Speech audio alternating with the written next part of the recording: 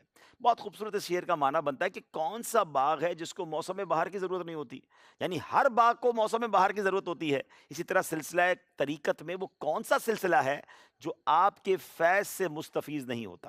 اے شہنشاہ بغداد، دنیا میں کوئی ایسا گلستان نہیں جس کی فصل کو بہار کی حاجت نہ ہو، بہار کی تمنا نہ ہو، اور جتنے بھی سلسلے ہیں ان میں کوئی بھی ایسا نہیں ہے جن میں آپ کا فیض نہ پہنچ رہا ہو۔ سبحان اللہ۔ اور واقعی ہم دیکھتے ہیں چاہے چشتی ہوں، سہروردی ہوں، نقش بندی ہوں، روحانی جتنے سلسلے ہیں، جو بھی روحانی اسٹرکچر ہے، سب محبت رکھتے ہیں پیران پیر شیخ عبد القادر جیلانی سے، اللہ ان کا فیضان اور عام فرمائے۔ کیا خوبصورت شعر ہے۔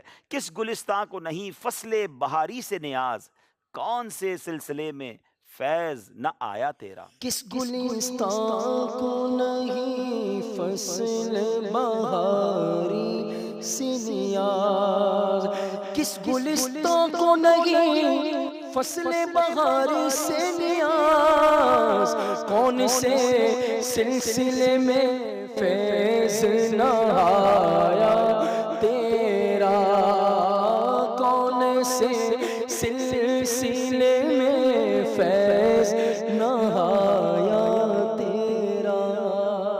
سبحان اللہ سبحان اللہ۔ اسی ٹاپک کو لے کر اگلا شعر بھی بڑا خوبصورت ہے۔ مزرعے چشت و بخارا و عراق و اجمیر، کون سی کشت پہ برسا نہیں جھالا تیرا۔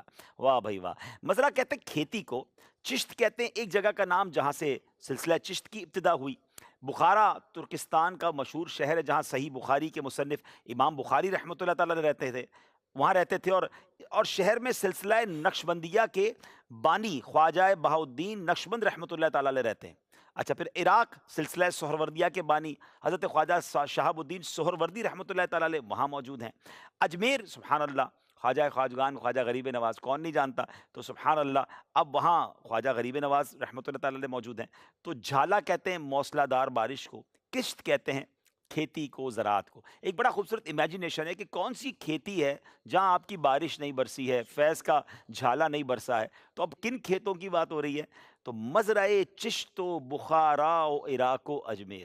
اب ذرا غور کیجئے، اس کو امیجن کریں کہ بہت سارے کھیت ہیں۔ اب کھیتوں کے نام کیا ہیں؟ ایک چشت ہے جہاں سے سلسلہ چشت نکلا ہے، بخارا ہے جہاں سے جناب سلسلہ کون سا نکلا؟ سلسلہ نقشبندیہ نکلا، امام بہاؤالدین نقشبند رحمۃ اللہ تعالیٰ علیہ وہاں ہیں۔ پھر فرمایا عراق، تو عراق میں سبحان اللہ سلسلہ سہروردیہ کے بانی موجود ہیں، اور پھر اجمیر میں خواجہ غریب نواز رحمۃ اللہ تعالیٰ علیہ موجود ہیں۔ تو ذرا غور کیجئے کہ یہ چار بڑی ہستیاں جو ہیں، ان سب پر جو فیضان جاری ہے وہ آپ کا ہے، تو وہ جو رحمت کی بارش ہوئی ہے نا حضور، وہ آپ ہی کے در سے ہوئی ہے۔ تو کیا خوبصورت بات کی ہے، مزرعے چشت و بخارا و عراق و اجمیر، کون سی کشت پہ برسا نہیں جھالا تیرا۔ مزرعے چشت و بخارا و عراق و اجمیر، کون سی کشت پہ برسا نہیں جھالا تیرا، کون سی کشت پہ برسا نہیں جھالا تیرا۔ بہت سارے اعلیٰ حضرت کے مقطع ہیں اور کمال کے مقطع ہیں، اور میں نے پہلے بھی عرض کیا تھا کہ اعلیٰ حضرت کے جو کلام کے مقطع ہوتے ہیں، مقطع کہتے ہیں اس شعر کو جس میں شاعر اپنا تخلص لکھتا ہے، وہ کمال ہی ہوتا ہے، اور اعلیٰ حضرت کا مقطع تو سمجھنے پورے کلام کا عطر ہوا کرتا ہے۔ اور یہ تو مقطع میرا فیورٹ ہے، یقین کریں اتنا مزہ آتا ہے اس کو جب بھی پڑھیں۔ مقطع کیا ہے؟ دل اعدا کو رضا تیز نمک کی دھن ہے، ایک ذرا اور چھڑکتا رہے خامہ تیرا. آپ کو جب سمجھ آ جائے گا تو بہت بہت لطف آئے گا. دل آدھا دشمنوں کے دل تیز نمک کی دھن ہے، یعنی مزید جلانے کی ضرورت ہے، سخت وار کی ضرورت ہے. نارملی زخم پر اگر آپ نمک ڈالیں تو کہتے ہیں نا یار یہ تو جلتی پر تیل کا کام ہو گیا. اچھا، ایک ذرا اور یعنی مزید، ایک اور بار یعنی ایک اور بار، چھڑکتا رہے یعنی ڈالتا رہے. خامہ تیرا یعنی تیرا تحریر، تیرا قلم، خامہ کہتے قلم کو، تیرا تحریری کام. اب اعلیٰ حضرت کہتے ہیں کہ جب بھی میں اولیاء کرام کی شان بیان کرتا ہوں، جب بھی نبی پاک کی شان کے لیے قلم اٹھاتا ہوں، تو جو دشمنان اولیاء ہیں، معاذ اللہ دشمن خدا اور رسول ہیں، ان کو بڑی تکلیف ہوتی ہے.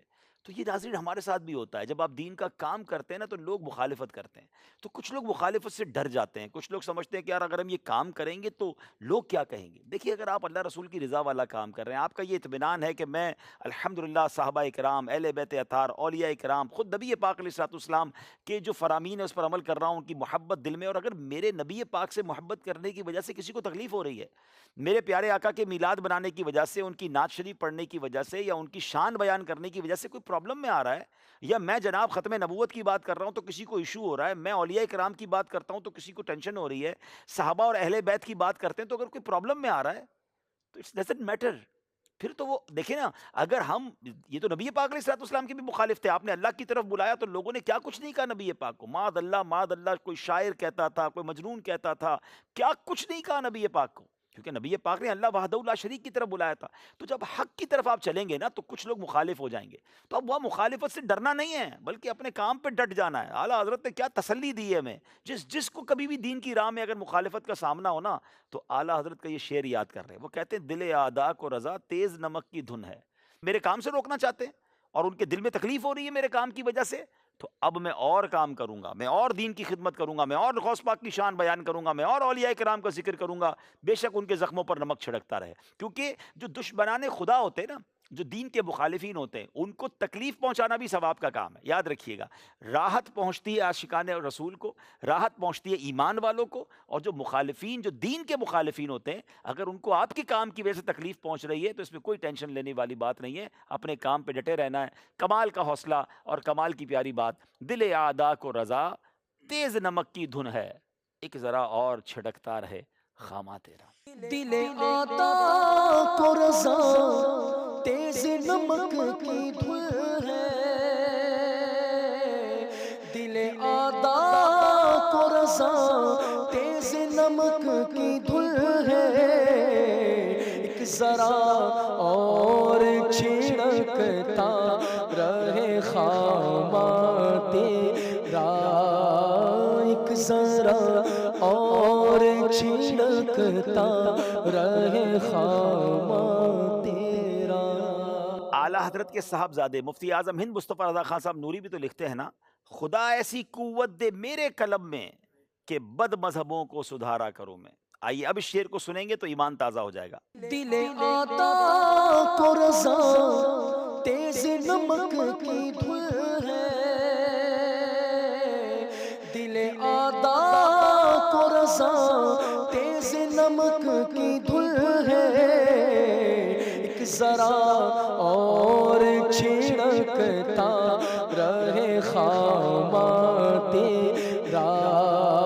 ایک ذرا اور چھڑکتا رہے خامہ تیرا. ناظرین، آج الحمدللہ ہم اپنے اس پروگرام میں ایک اور منقبت کو بھی شامل کریں گے، سبحان اللہ.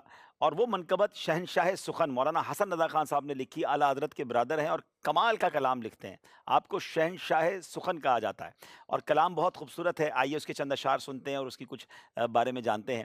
بڑا پیارا کلام ہے. اسیروں کے مشکل کشا غوث اعظم، فقیروں کے حاجت روا غوث اعظم.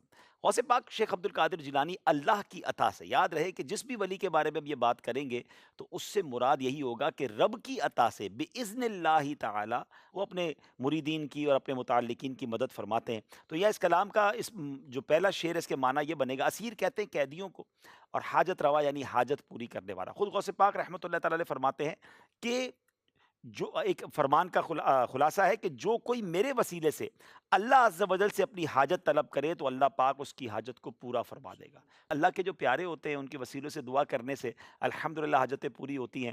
حدیثوں میں کئی واقعات ایسے موجود ہیں۔ بڑا مشہور واقعہ ہے کہ کچھ لوگ غار میں پھنس گئے تھے اور 3 دوست تھے اور تینوں نے اپنے ایک ایک نیک عمل کا واسطہ وسیلہ اللہ کی بارگاہ میں پیش کیا، اور نبی پاک نے واقعہ صحابہ کو سنایا اور اللہ نے اس دعا کی برکت سے، اس وسیلے کی برکت سے ان کو غار سے نجات دی۔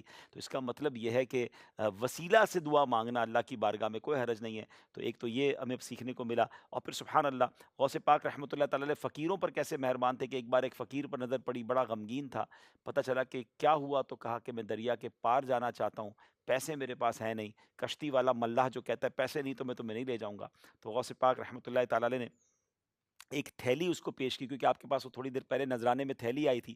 اس تھیلی میں 30 دینار تھے، سونے کے 30 سکے تھے۔ اتنا کرایہ نہیں بنتا تھا کشتی میں جانے کا۔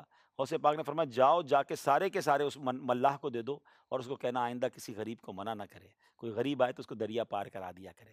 تو بڑے رحم دل، بڑے مہربان اور غریبوں کی مدد کرنے والے۔ تو کلام کا پہلا شعر ہے: اسیروں کے مشکل کشا غوث اعظم، فقیروں کے حاجت روا غوث اعظم۔ اسیروں کے مشکل کشاؤں سے اسیروں کے مشکل کشاؤں سے اعظم، اسیروں کے مشکل کشاؤں سے اعظم، فقیروں کے حاجت رواؤں سے اعظم، فقیروں کے حاجت رواؤں سے اعظم۔ سبحان اللہ۔ اگلا شعر سنیے گا: وہاں سر جھکاتے ہیں سب اونچے اونچے، جہاں ہے تیرا نقش پا غوث اعظم۔ یہ اسی عظیم فرمان کی طرف اشارہ ہے کہ غوث پاک نے جب ایک بار ممبر پر بیٹھ کر فرمایا: قدمی ہادہی علی رکبت کل ولی اللہ، میرا یہ قدم اللہ تعالیٰ کے ہر ولی کی گردن پر ہے۔ سبحان اللہ۔ اور اس زمانے سے لے کر اب تک جتنے اولیاء کرام اس فرمان کو تسلیم بھی کرتے ہیں، آپ کا ادب بھی کرتے ہیں۔ علامہ علی قاری رحمۃ اللہ تعالی نزہۃ الخاطر الفاتر میں ارشاد فرماتے ہیں کہ اولیاء کے سردار، اصفیاء کے تاجدار مولانا سید شیخ محی الدین عبد القادر جیلانی حسنی حسینی رضی اللہ تعالیٰ عنہ ایک دن اپنی چٹائی پر تشریف فرما تھے۔ کثیر مشائخ موجود تھے جن کی تعداد 50 کے قریب تھی، سب اولیاء تھے اور آپ کی بارگاہ میں حاضر تھے۔ اچانک آپ کے زبان پر اپنے بیان کے دوران یہ کلام جاری ہوا کہ میرا یہ قدم اللہ کے ہر ولی کی گردن پر ہے۔ سبحان اللہ۔ تو مشائخ کے سردار علی بن حیتی رحمۃ اللہ تعالی علیہ کھڑے ہوئے، ممبر پر چڑھ کر حضور غوث پاک کا قدم اپنی سبحان اللہ گردن پر رکھا، اور سبحان اللہ سب نے اس فرمان کی تصدیق فرمائی۔ تو یہ شان ہے غوث اعظم کی، اور یہ اسی طرف اشارہ ہے کہ وہاں سر جھکاتے ہیں سب اونچے اونچے، جہاں ہے تیرا نقش پا غوث اعظم۔ اور نقش پا کا معنی ہے پاؤں کا نقش، یعنی پیر جہاں کہتے ہیں نا وہ نقش قدم جس کو ہم کہتے ہیں، نقش پا۔ تو سبحان اللہ وہاں سر جھکاتے ہیں سب اونچے اونچے، بڑے بڑے سر جھکا لیتے ہیں حضور جہاں آپ کا نقش قدم ہوتا ہے، جہاں آپ کے پیروں کے نشان ہوتے ہیں۔ سبحان اللہ۔ وہاں سر جھکاتے ہیں سب اونچے اونچے، وہاں سر جھکاتے ہیں سب اونچے اونچے، جہاں ہے تیرا نقش پا غوث اعظم، جہاں ہے تیرا نقش پا غوث اعظم۔ سبحان اللہ سبحان اللہ۔ میرے پیارے اسلامی بھائیوں، غوث پاک رحمۃ اللہ تعالی علیہ کا جو بیان ہوتا تھا نا، اس خطبے کی ایک ہیبت ہوتی تھی۔ ہزاروں لوگ موجود ہوتے تھے، آپ کے بیان کو لکھا جاتا تھا، ہزاروں دواتیں قلم استعمال ہوتی تھیں، اور بعض اوقات تو آپ کے خطبے کی ہیبت سے جب آپ خوف خدا پر بات کرتے تھے لوگ بے ہوش ہو جاتے تھے۔ آپ کے بیان کی ایک کرامت یہ بھی ملتی ہے کتابوں میں کہ کتنا ہی بڑا مجمع کیوں نہ ہو، سب تک ایکولی آپ کی آواز پہنچتی تھی۔ اب ذرا غور کیجئے، غوث پاک عربی نہیں ہیں، مگر عرب کے لوگوں میں آپ نے بیان کرنا تھا، عربی میں بیان کرنا تھا، تو آپ بیان میں فرماتے ہیں کہ میں تھوڑا سا جھجکتا تھا۔ ایک بار خواب میں نبی پاک علیہ الصلوۃ والسلام کی زیارت ہوئی اور میرے آقا نے فرمایا بیٹا تم بیان کیوں نہیں کرتے؟ تو میں نے عرض کیا میرے نانا جان میں تو ایک عجمی مرد ہوں، اور بغداد میں عربوں کے سامنے میں کیسے بیان کروں، عربی زبان کی تو فصاحت بہت زیادہ ہے۔ نبی پاک علیہ الصلوۃ والسلام نے فرمایا بیٹا اپنا منہ کھولو۔ میں نے اپنا منہ کھولا تو نبی پاک علیہ الصلوۃ والسلام نے 7 بار اپنا لعاب دہن میرے منہ میں ڈالا اور فرمایا لوگوں کے سامنے بیان کیا کرو، انہیں اپنے رب کریم کی طرف عمدہ حکمت اور نصیحت کے ساتھ بلاؤ۔ تو جس پر فیضان نبی پاک کا ہو۔ پھر مزید فرماتے کہ مولا علی کرم اللہ تعالیٰ وجہ الکریم نے بھی اپنا لعاب دہن 6 بار میرے منہ میں ڈالا، تو میں نے عرض کیا حضور آپ نے 7 بار کیوں نہیں ڈالا؟ تو انہوں نے کہا کہ نبی پاک کی ادب کی وجہ سے۔ اور پھر کہتے ہیں اس کے بعد جب آپ نے بیان شروع کیا تو 40 سال تک آپ استقامت کے ساتھ بیان کرتے رہے، لاکھوں لوگوں تک واعظ پہنچایا، نصیحت پہنچائی، ہزاروں غیر مسلم مسلمان ہوئے، اور آپ کے بیان کی دھوم ہوتی تھی۔ بڑے بڑے علماء، مشائخ، مفتیان کرام قلم لے کر ایک طالب علم کی طرح آپ کے بیان سنتے تھے، اور علم کا فیضان جاری ہوتا تھا۔ کیا شان غوث اعظم کی! اور اب اگلا شعر جو ہم سن رہے ہیں یہ اسی شان کی طرف اشارہ ہے، جسے خلق کہتی ہے پیارا خدا کا، اسی کا ہے تو لاڈلا غوث اعظم۔ یعنی اللہ کے نبی علیہ الصلوۃ والسلام کی آپ آل بھی ہیں، مولا علی کی اولاد بھی ہیں، اور ان کو آپ سے پیار بھی بہت زیادہ ہے۔ جسے خلق کہتی ہے پیارا خدا کا، جسے خلق کہتی ہے پیارا خدا کا، اسی کا ہے تو لاڈلا غوث اعظم، اسی کا ہے تو لاڈلا غوث اعظم۔ سبحان اللہ، سبحان اللہ۔ اب مریدوں کے لیے غوث پاک کے سلسلے سے میں جو شامل ہیں ان مریدوں کے لیے بڑا دلاسا ہے شعر میں کہ تیرے ہاتھ میں ہاتھ میں نے دیا ہے، تیرے ہاتھ ہے لاج یا غوث اعظم۔ یہ ایک اسپرچول چین ہوتی ہے ناظرین۔ بزرگان دین فرماتے ہیں کہ جس کا کوئی پیر نہیں ہوتا اس کا پیر شیطان ہوتا ہے۔ ایک اور فرمان ملتا ہے کہ علماء کرام کہتے ہیں کہ ایمان کی حفاظت کا بہترین ذریعہ ہے کہ کسی پیر کامل کے ہاتھ میں ہاتھ دے دیا جائے۔ غوث پاک شیخ عبد القادر جیلانی کے سلسلے کی تو کیا شان ہے۔ اب یہ جو شعر ہم نے سن رہے ہیں کہ تیرے ہاتھ میں ہاتھ میں نے دیا ہے، تیرے ہاتھ ہے لاج یا غوث اعظم، یعنی اس کا معنی یہ ہوگا کہ غوث پاک آپ تو ہمارے پیر ہیں، ہم نے آپ کی نسبت جوڑی ہوئی اور آپ سے بڑی امیدیں بھی ہیں۔ خود غوث پاک فرماتے کہ اگر میرا مرید اچھا نہیں تو کیا ہوا، میں تو اچھا ہوں۔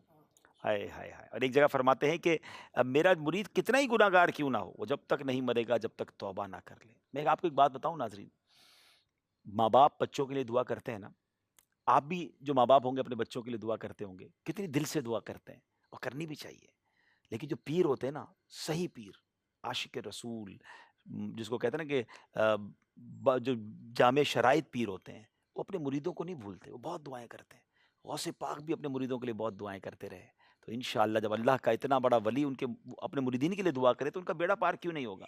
اور اللہ کی رحمت سے امید ہے کہ غوث پاک کے صدقے انشاءاللہ سارے مریدوں کی خیر ہوگی۔ تو آپ کیا خوبصورت التجا ہے کہ تیرے ہاتھ میں ہاتھ میں نے دیا ہے، تیرے ہاتھ ہے لاج یا غوث اعظم۔ تیرے ہاتھ میں ہاتھ میں نے دیا ہے، تیرے ہاتھ میں ہاتھ میں نے دیا ہے، تیرے ہاتھ ہے لاج یا غوث اعظم، تیرے ہاتھ ہے لاج یا غوث اعظم۔ سبحان اللہ، سبحان اللہ۔ اب آخری مقطع کی طرف چلیں گے۔ کلام تو بہت ہی خوبصورت ہے مگر سلسلے کا وقت ہمارا لمیٹڈ ہوتا ہے۔